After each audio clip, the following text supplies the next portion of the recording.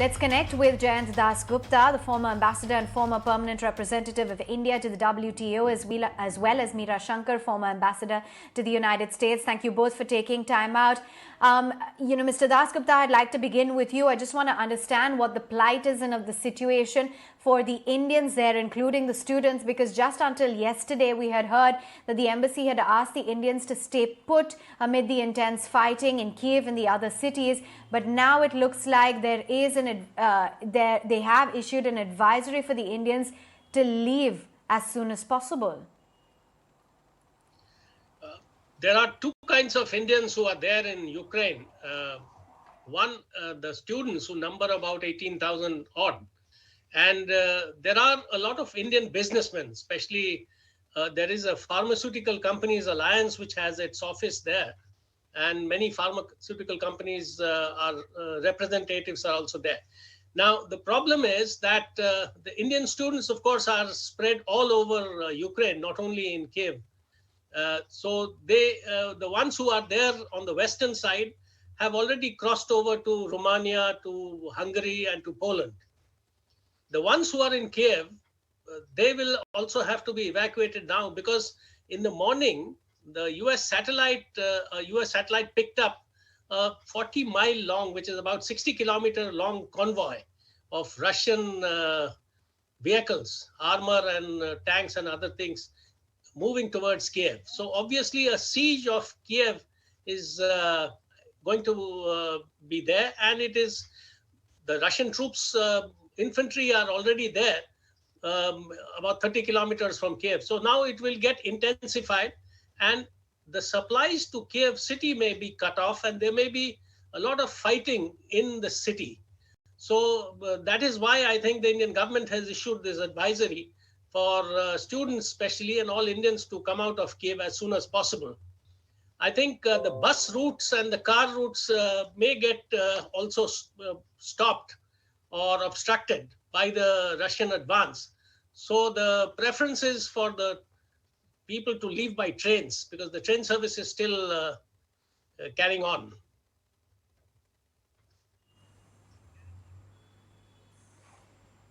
Okay, yes, indeed. And Ms. Shankar, I just wanted to understand from you as well how, how this, some reports that emerged a few hours ago, it says that, some of the Indian students have been thrown out of trains and beaten. So how feasible is this operation of getting them all evacuated? How easy is it going to be, or difficult? I think it's going to be very difficult. It's a crisis situation.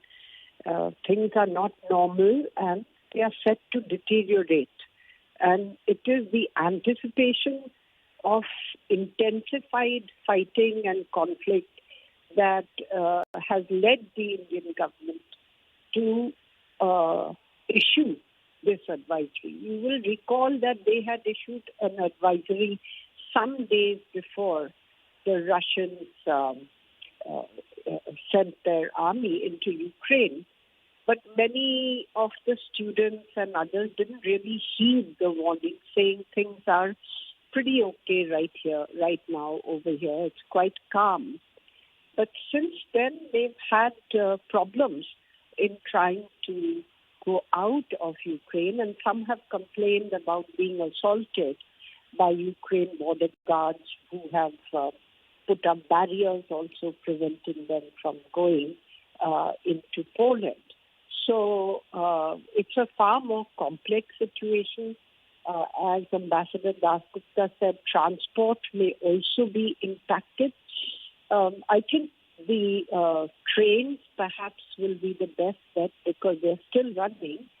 And I think it would also be advisable for the students to go in larger groups, because many have taken shelter together in bomb shelters and elsewhere. And I think if they can mobilize and go in larger groups, perhaps that provides some safety in numbers. The Indian government is sending Indian Air Force planes to help with the evacuation, but these will not necessarily be able to cross over into Ukraine, which has established an air defense zone or a no-fly zone around its territory. So they would probably have to go to neighboring countries from where the air evacuation is taking place. But the situation having deteriorated to such a point, I think the whole exercise becomes far more fraught with danger and also more complex. But the choice would be between the devil and the deep sea, because staying on in Kyiv may also mean that they get, they can be hurt or affected in the intensification of fighting, which looks like it is going to happen.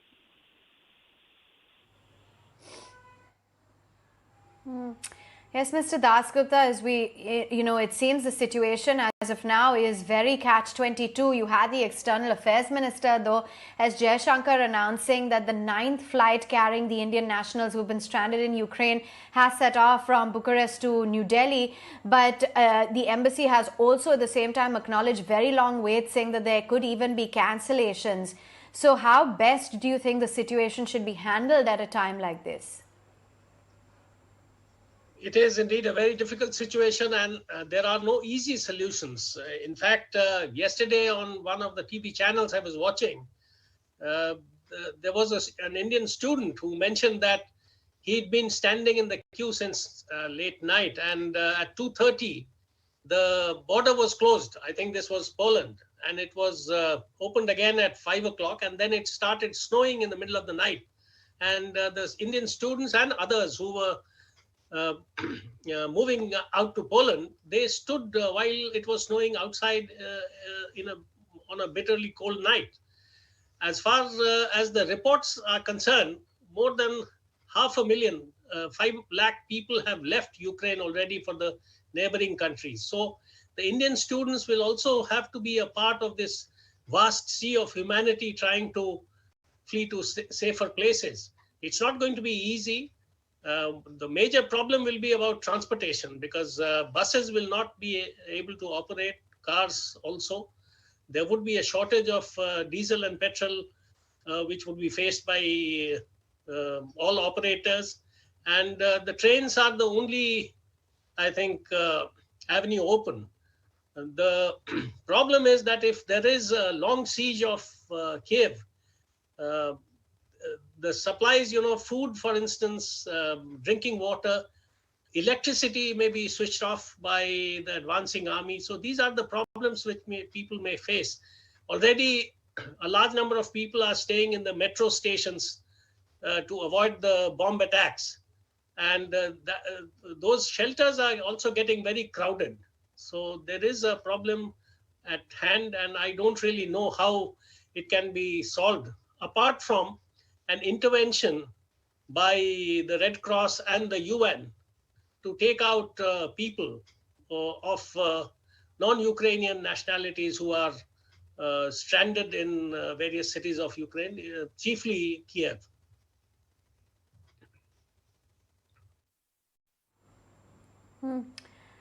Just so I understand it clearly, Ms. Shankar, that the Indian Embassy has urged everyone within Kyiv to, evacuate as soon as possible. But what about the people who have been stranded in some of the other cities like Kharkiv, etc.? Well, I suppose they anticipate that the pressure is going to come on Kyiv, because the Russian strategy seems to be to, pressurize the capital first. And I'm sure that other cities also, the students will have to make their way across. I think where the Indian government could perhaps strengthen its efforts is in the neighboring countries to create some accommodation, near the border posts for Indian students who might have long waits or who have to cross and then cannot go further and have to spend the night in the open. I think that would be desirable, to see if something could be organized close to the border for food and shelter for students who can come across. And the embassy may also have to see how it can be in touch with the students to see that they can get on trains and things. But it's a very difficult situation because the internet was also cut. It's now being restored. We don't know how good the communication links are right now. And they also don't really have the phone numbers of many of the students who might be stranded. It's not that they would have access to all their numbers. Maybe a few have been trying to contact them, and those numbers might be available. So it's a crisis situation. It's not a normal situation, and it is going to be both messy and difficult. Yes, if both Ukraine and Russian forces agree to the Red Cross undertaking an evacuation operation to get out foreign nationals who want to leave Ukraine, that might be a possibility, but it would need diplomacy and an agreement with both the parties, because Ukraine as well as Russia.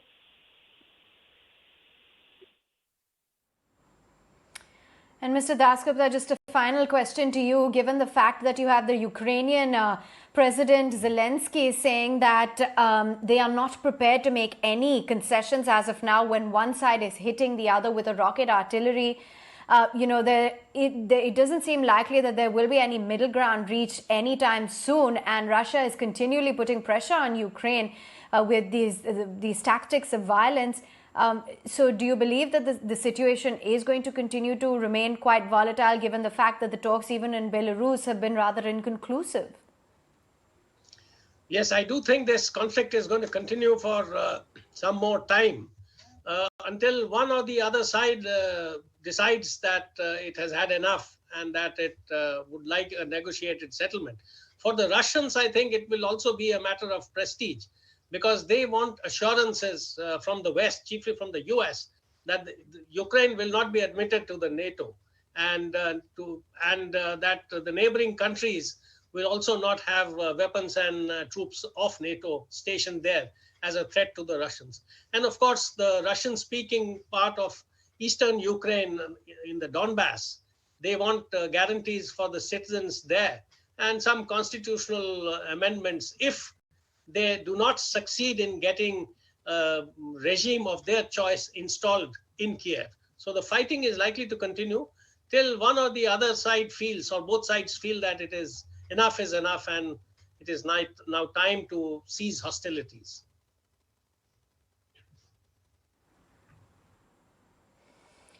Appreciate your time, Mr. Dasgupta and Ms. Shankar. Thank you so much for taking time out and joining in. It continues to remain a very precarious situation, but as of now, in the capital of Kyiv, the Indians have been urged to evacuate. We'll keep you abreast as and when we do get more developments.